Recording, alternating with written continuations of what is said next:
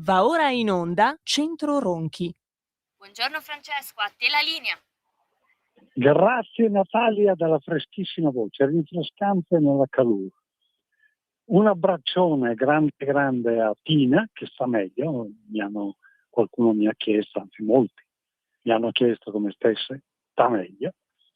Un abbraccione grande a Matteo e noi ovviamente ai nostri 14 radioascoltatori, gatti compresi, e quelli che ci seguono fedelmente da anni, ormai da 25 anni, su prima Radio Padania Libera, adesso Radio Libertà, e ovviamente saluto anche alla nostra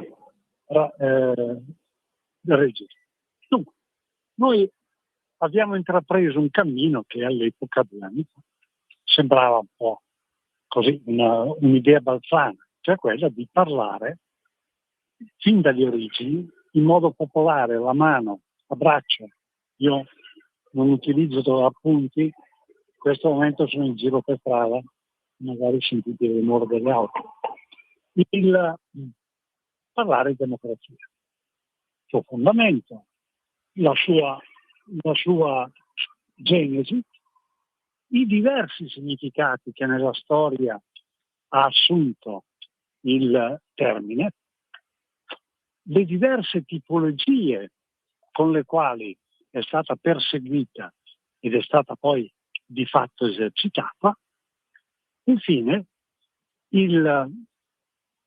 ciò che col termine democrazia ci si è avviati a definire alla fine del XIX secolo e agli inizi del XX.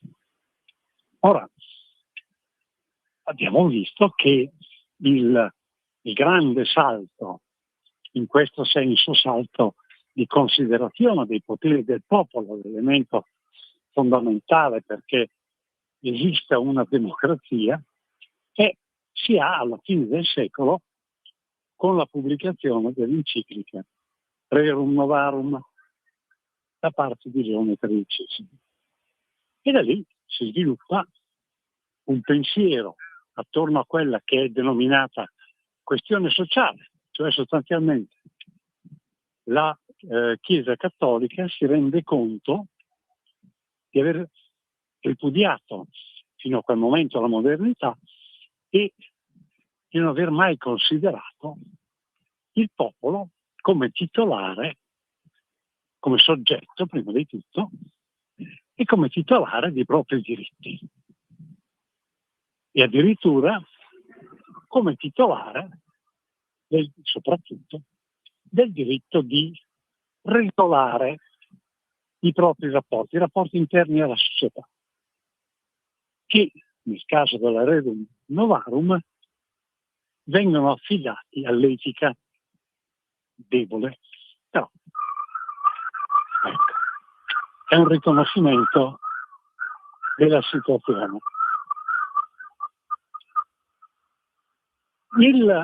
La domanda che ci si pone è per quale motivo il problema, sia pure in nuce, sia pure non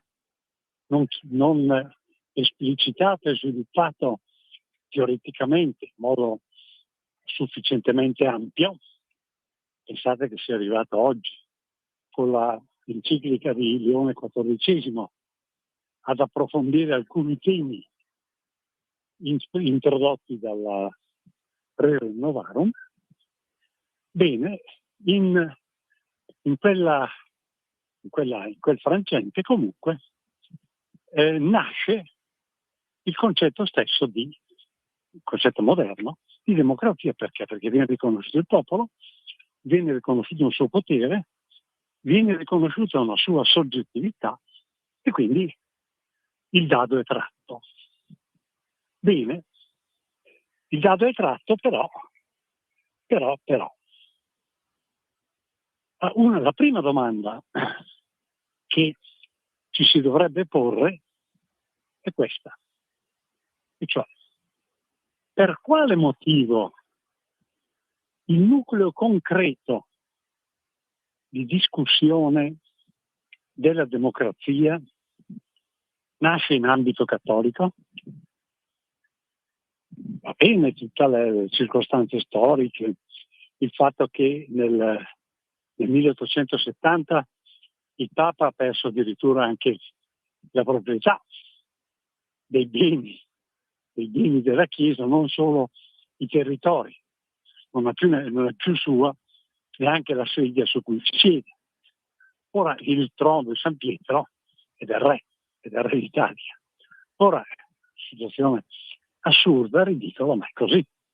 Ora va bene, ripeto, va bene le circostanze storiche, va bene ciò che è accaduto nel contorno, e cioè il fatto che al Papa Re, al Papa che si dichiara infallibile, al Papa che dichiara che razionalmente si può raggiungere la prova che Dio esiste, quindi se razionalmente si può raggiungere la prova che Dio esiste e lui è infallibile, alla fine sempre infallibile. Questo che è il risultato che voleva ottenere Pio IX.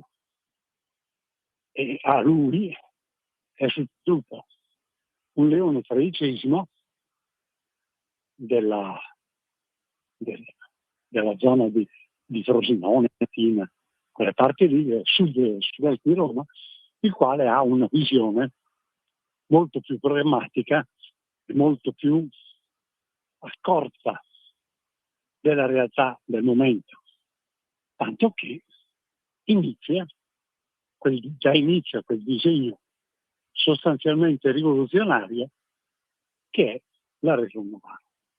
Ora, ma tutto ciò non giustifica concettualmente il motivo per il quale l'idea proprio il segno della democrazia moderna, che è tutto ancora da vedere se si è realizzata o no, perché è nato in ambito cattolico.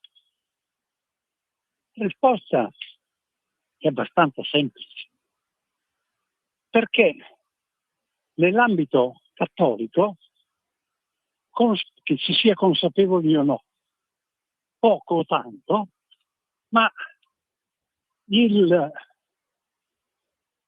l'elemento cardine è la centralità di Dio nella vita della Chiesa e nella vita dei fedeli.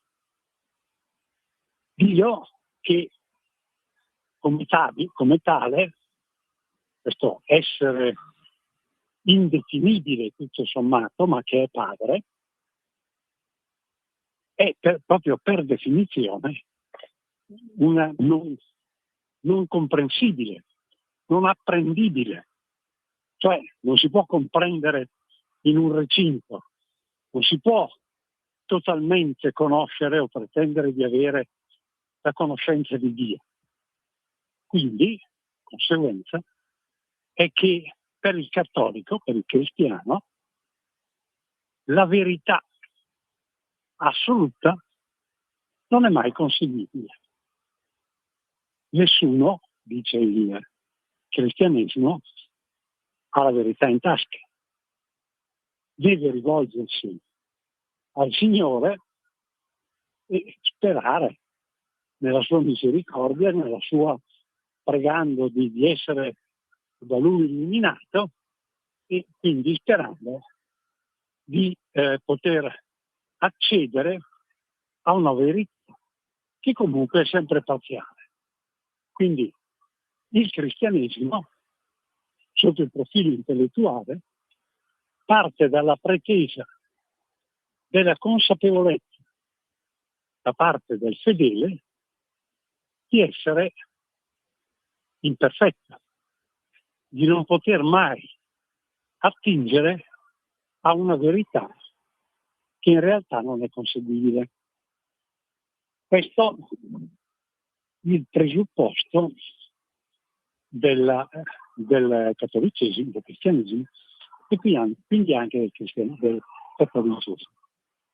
Su tale presupposto c'è da osservare ulteriormente che le teorie, quindi la dottrina sociale della Chiesa che è impiantata appunto sul cristianesimo,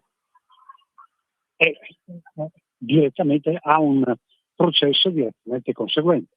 Cioè, nell'ambito della dottrina sociale della Chiesa, la verità dell'uomo, prima di tutto, non è espressa, perché la verità dell'uomo è espressa nelle Sacre Scritture e la dottrina sociale non appartiene al novero delle Sacre Scritture. Ma non solo, ma comunque sia, qualunque cosa dica la dottrina sociale della Chiesa, in essa il presupposto è che l'uomo non possiede la verità, che l'uomo deve rivolgersi a Dio e quindi è imperfetto e in qualche modo deve regolare e pacificare le proprie relazioni per fare in modo che la società funzioni e che non si viva con i coltelli sotto il tavolo, come sta accadendo in parte adesso. Quindi vuol dire che quella dottrina sociale, come si è poi sviluppata, non si è sviluppata proprio bene del tutto, questa come osservazione a marcia.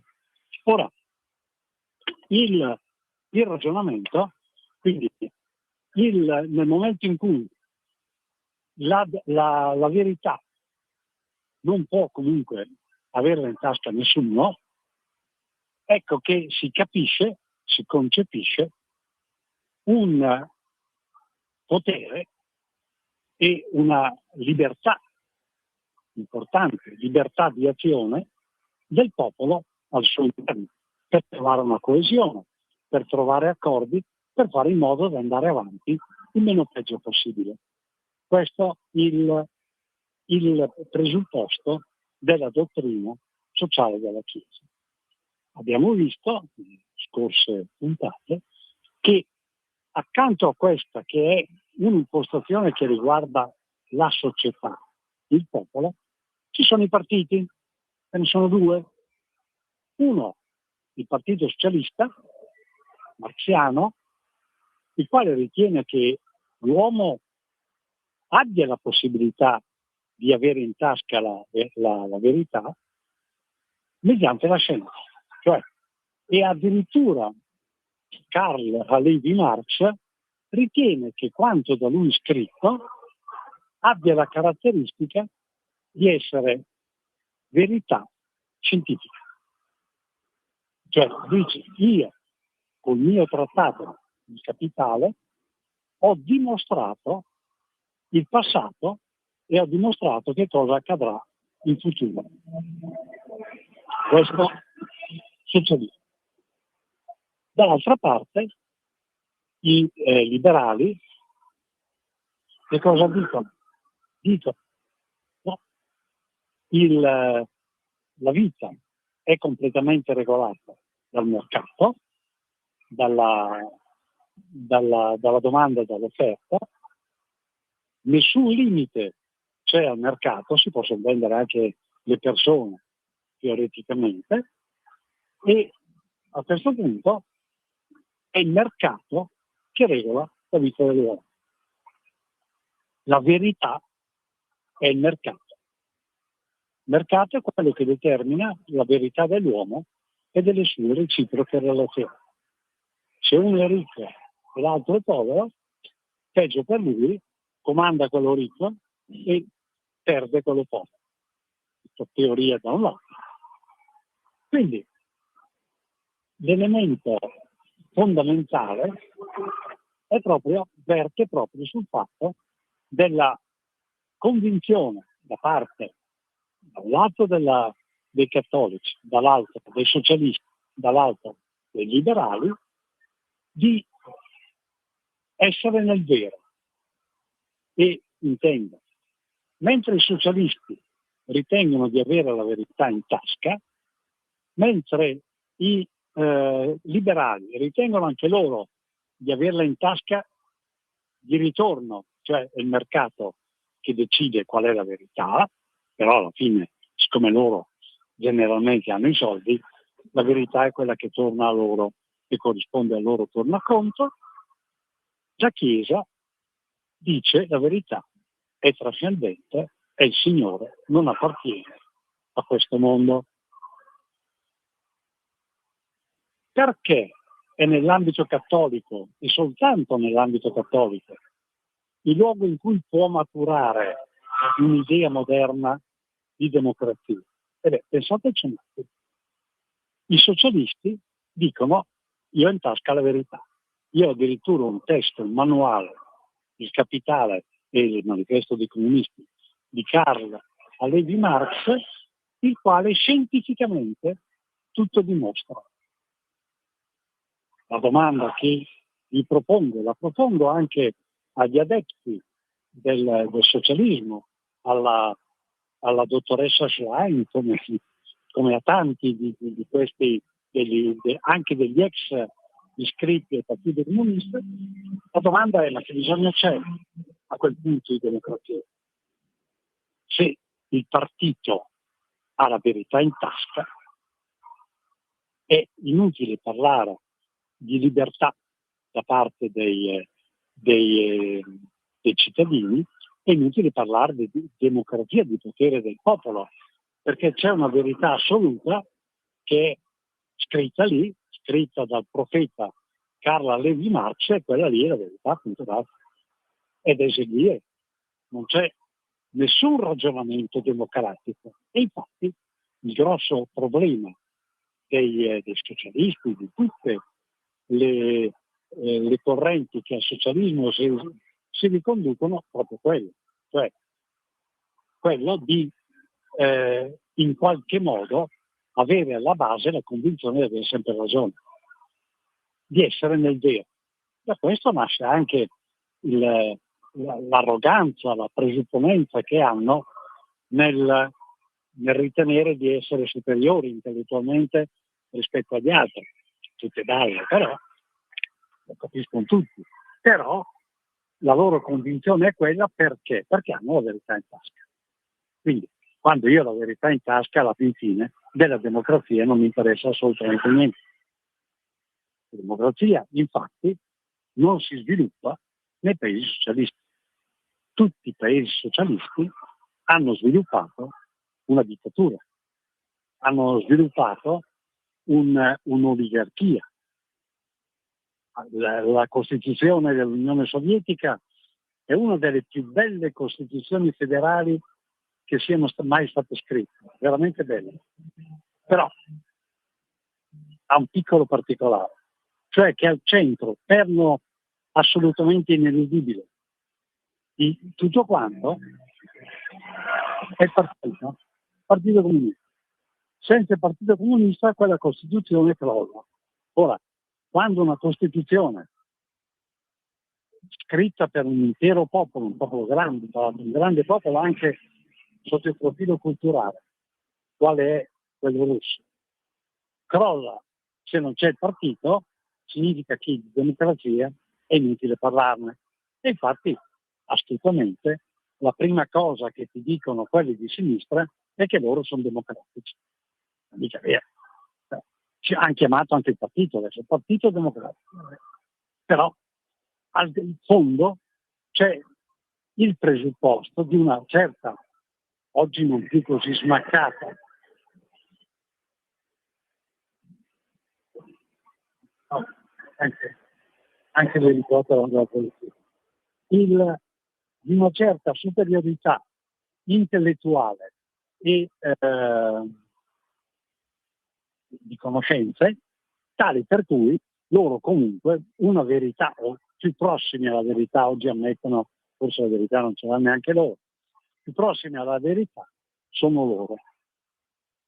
Ecco, la democrazia, il concetto di democrazia, quindi anche la discussione tuttora in atto sulla democrazia, non poteva che nascere laddove si riconosce che l'uomo la verità non ce l'ha in tasca, quindi nell'ambito cristiano-cattolico.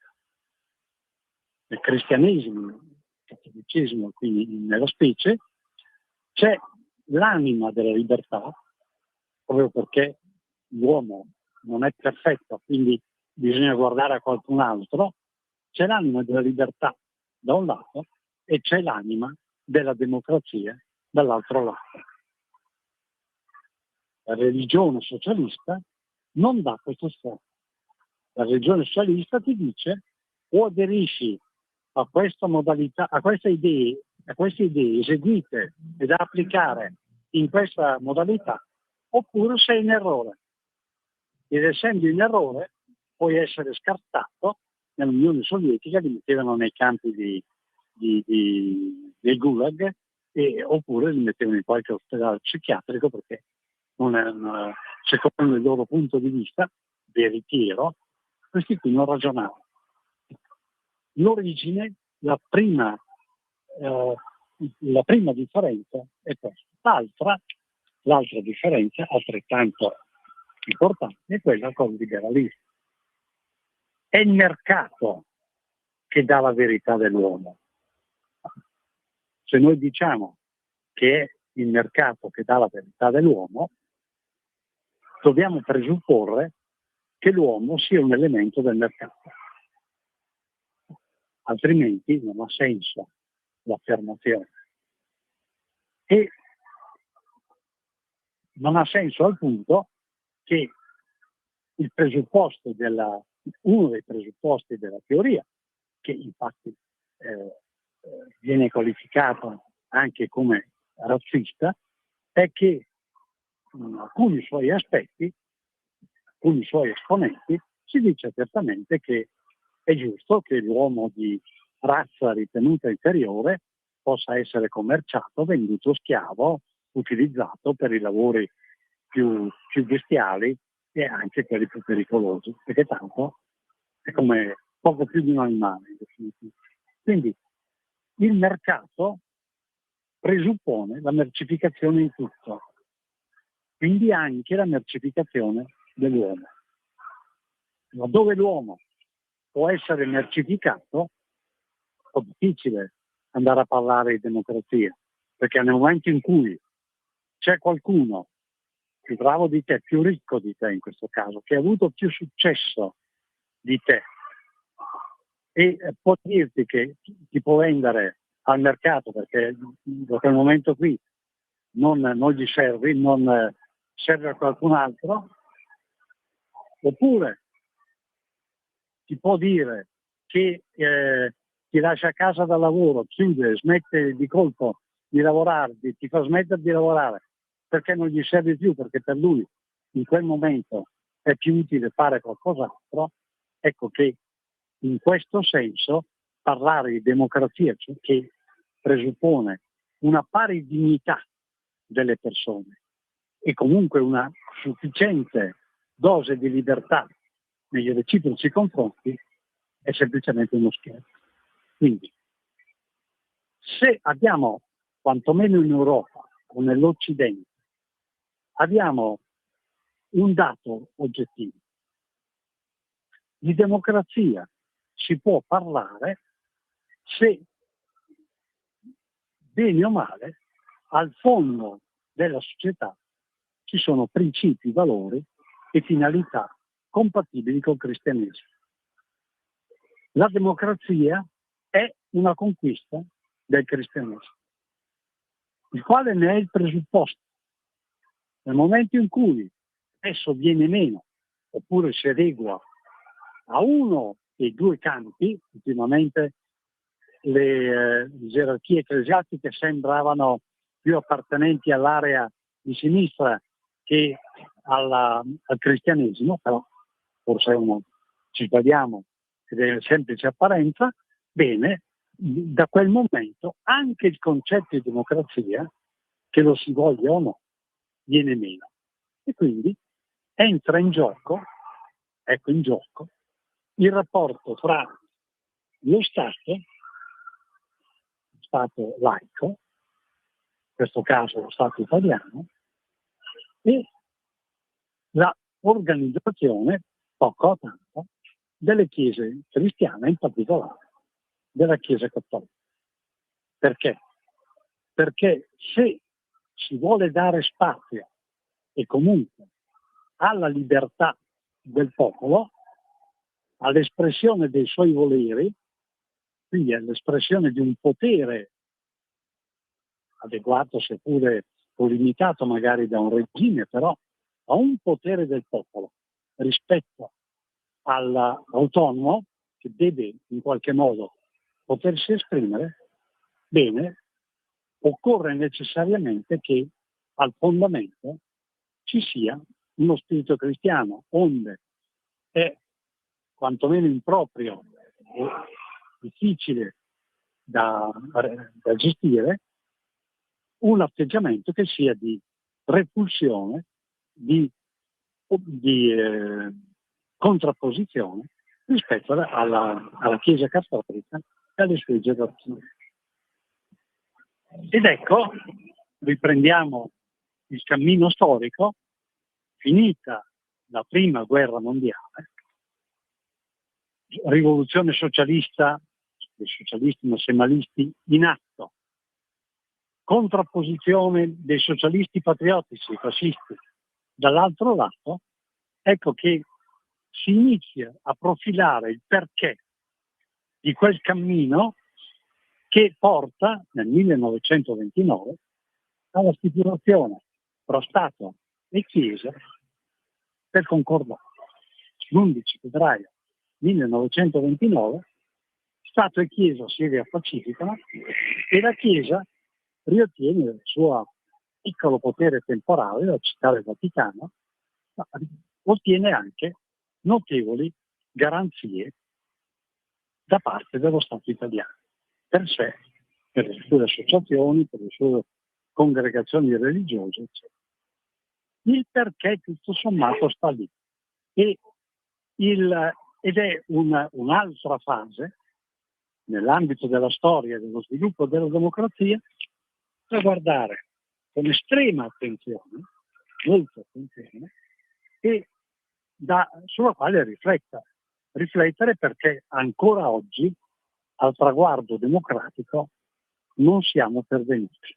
Quindi dobbiamo ragionarci su e non possiamo ragionarci su se non conosciamo almeno a spanne la storia che ha preceduto la situazione attuale.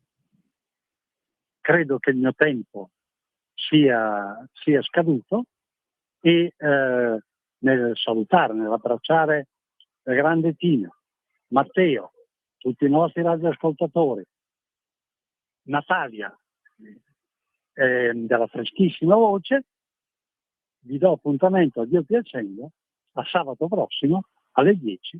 Ci sentiamo. Buona domenica.